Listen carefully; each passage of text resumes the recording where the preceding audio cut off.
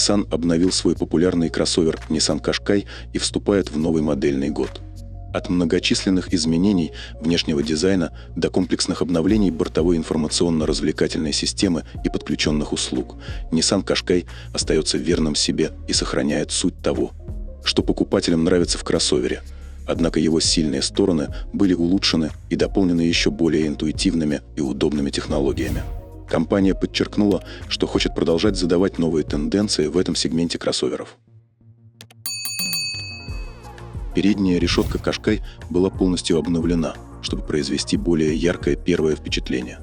Вдохновленной узорами чешуек древних японских доспехов, она теперь состоит из десятков глянцевых трехмерных элементов. Новые фары создают ощущение целеустремленности и придают еще более узнаваемый вид. Теперь они оснащены адаптивным модулем дальнего света, дополненным меньшим блоком для более широкого распределения света, что полезно для улучшения видимости в условиях низкой освещенности и тумана.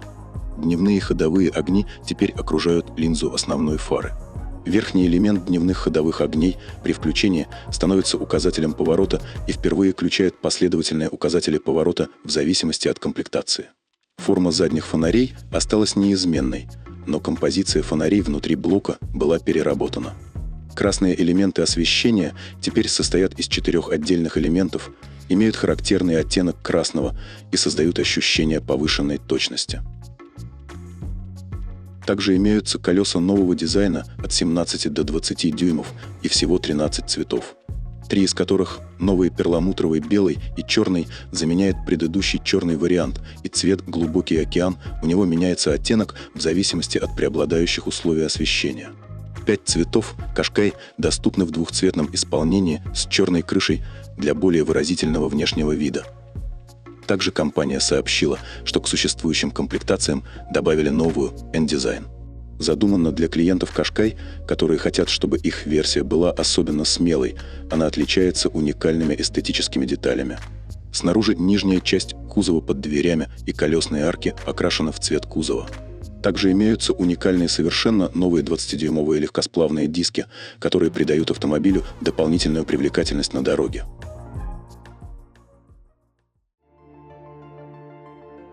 Как только потенциальные клиенты Qashqai заинтересуются обновленным внешним видом, это любопытство усилится, когда они погрузятся в обновленный интерьер. В салоне улучшены материалы отделки, и в более дорогих версиях появилась Алькантара. В медиасистеме теперь используется более мощный 6-ядерный процессор и экран более высокого разрешения, но диагональ по-прежнему составляет 12,3 дюйма. Некоторые изменения в дизайне были внесены в визуальные эффекты приборной панели, дизайн циферблатов на дисплее меняется в зависимости от выбранного режима. Новая мультимедийная система создана на платформе Google Android. Обновленный Qashqai в стандартной комплектации поставляется с Google Maps, беспроводные обновления гарантируют, что информация на карте всегда актуальна. Google Ассистент позволяет водителю использовать свой голос для помощи в дороге. Например, водители могут сказать «Эй, Google», чтобы управлять системой вентиляции автомобиля, подогревом сидений, ветрового стекла и другими функциями. Большинство нововведений в салоне Qashqai касаются технологий безопасности. Система кругового обзора обеспечивает улучшенный обзор с помощью 4 камер, из которых передняя камера теперь имеет угол обзора на 200 градусов. Также систему дополнили функцией 3D, которая в дополнение к виду сверху позволяет выбрать один из 8 ракурсов автомобиля – передний, задний, боковые и 4 вида с разных углов автомобиля. Также имеется режим «Невидимый капот», где графически отображается положение колес. Кроме того, была введена регулируемая функция отключения вспомогательных систем под названием «Пользовательский режим помощи водителю». Это позволяет адаптировать вмешательство определенных систем безопасности к собственному стилю вождения, тем самым делая их менее навязчивыми. Ассистент движения задним ходом. Интеллектуальный ассистент скорости и запись данных, своего рода цифровой черный ящик, теперь являются частью базового оборудования всех версий в связи с требованиями законодательства.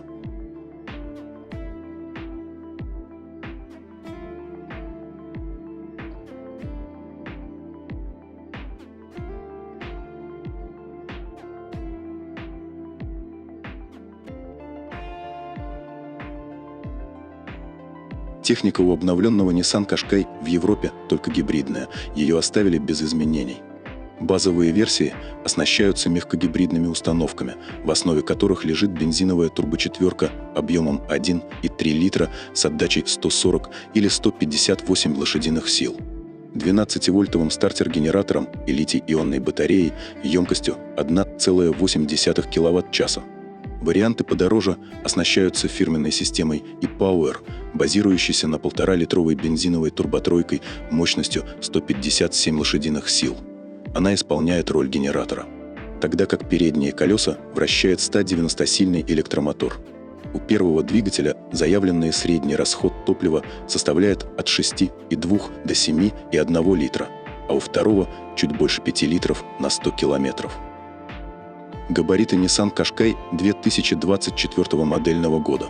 Длина 4430 мм, ширина 1850 мм, высота 1620, колесная база 2670 мм.